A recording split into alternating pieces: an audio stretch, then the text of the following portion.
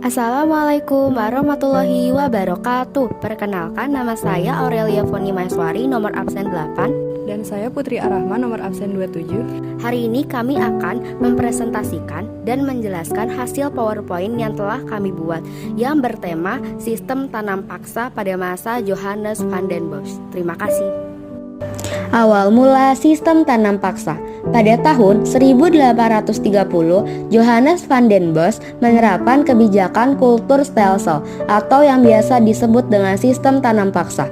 Sistem ini diberlakukan karena Belanda menghadapi kesulitan keuangan akibat perang Diponegoro pada tahun 1825 sampai 1830 dan perang Belgia pada tahun 1830 sampai 1831. Aturan yang diberlakukan. Ketentuan kebijakan sistem tanam paksa yang dibentuk oleh Van den Bosch adalah 1. Penduduk wajib menyerahkan 1/5 tanahnya untuk ditanami tanaman wajib yang berkualitas ekspor seperti kopi, teh, tebu, lada, kina, tarum, dan tembakau. 2. Tanah yang ditanami tanaman wajib bebas dari pajak tanah. 3. Waktu yang digunakan untuk pengerjaan tanaman wajib tidak melebihi waktu untuk menanam padi. 4. Apabila harga tanaman wajib setelah dijual melebihi besarnya pajak tanah, kelebihannya dikembalikan kepada penduduk. 5. Kegagalan panen tanam wajib bukan kesalahan penduduk, melainkan menjadi tanggung jawab pemerintah Belanda. 6. Penduduk dalam pekerjaannya dipimpin penguasa pribumi, sedangkan pegawai Eropa menjadi pengawas dan pengangkut. 7. Penduduk yang tidak memiliki tanah harus melakukan kerja wajib selama 66 hari dan mendapatkan upah. Praktik-praktik penekanan dan pemaksaan terhadap rakyat antara lain yaitu 1. Menurut kebijakan, tanah yang digunakan untuk tanaman wajib hanya 1/5 dari tanah yang dimiliki rakyat. Namun kenyataannya selalu lebih, bahkan sampai 1/2 bagian tanah yang dimiliki rakyat.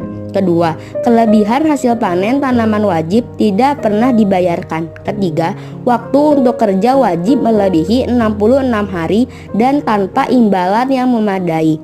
Keempat, tanah yang digunakan untuk tanaman wajib tetap dikenakan pajak. Dampak dari kebijakan sistem tanam paksa bagi rakyat Indonesia. Rakyat sangat menderita. Penderitaan rakyat Indonesia akibat kebijakan tanam paksa dapat dilihat dari jumlah angka kematian rakyat Indonesia yang tinggi. Hal ini terjadi karena rakyat mengalami kelaparan dan penyakit kekurangan gizi.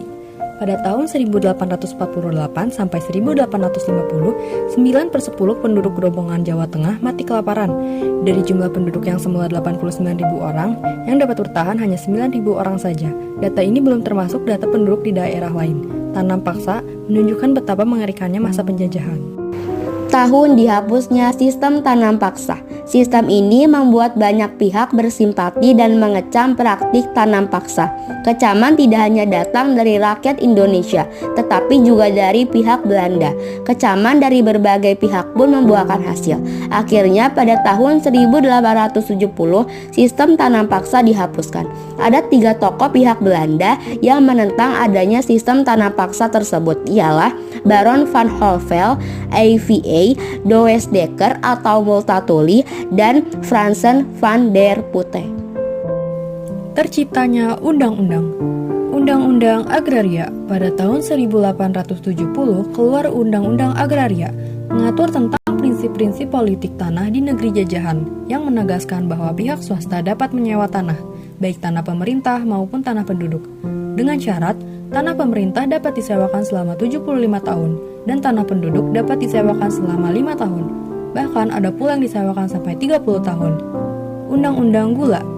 Pada tahun yang sama keluar Undang-Undang Gula yang berisi larangan mengangkut tebu keluar dari wilayah Indonesia.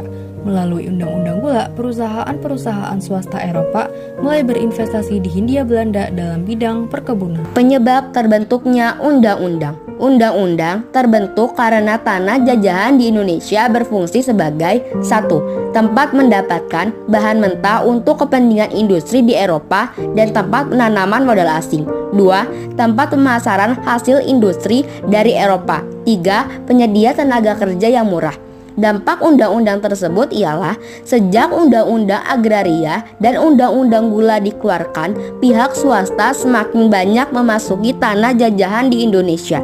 Mereka memainkan peranan penting dalam mengeksploitasi tanah jajahan.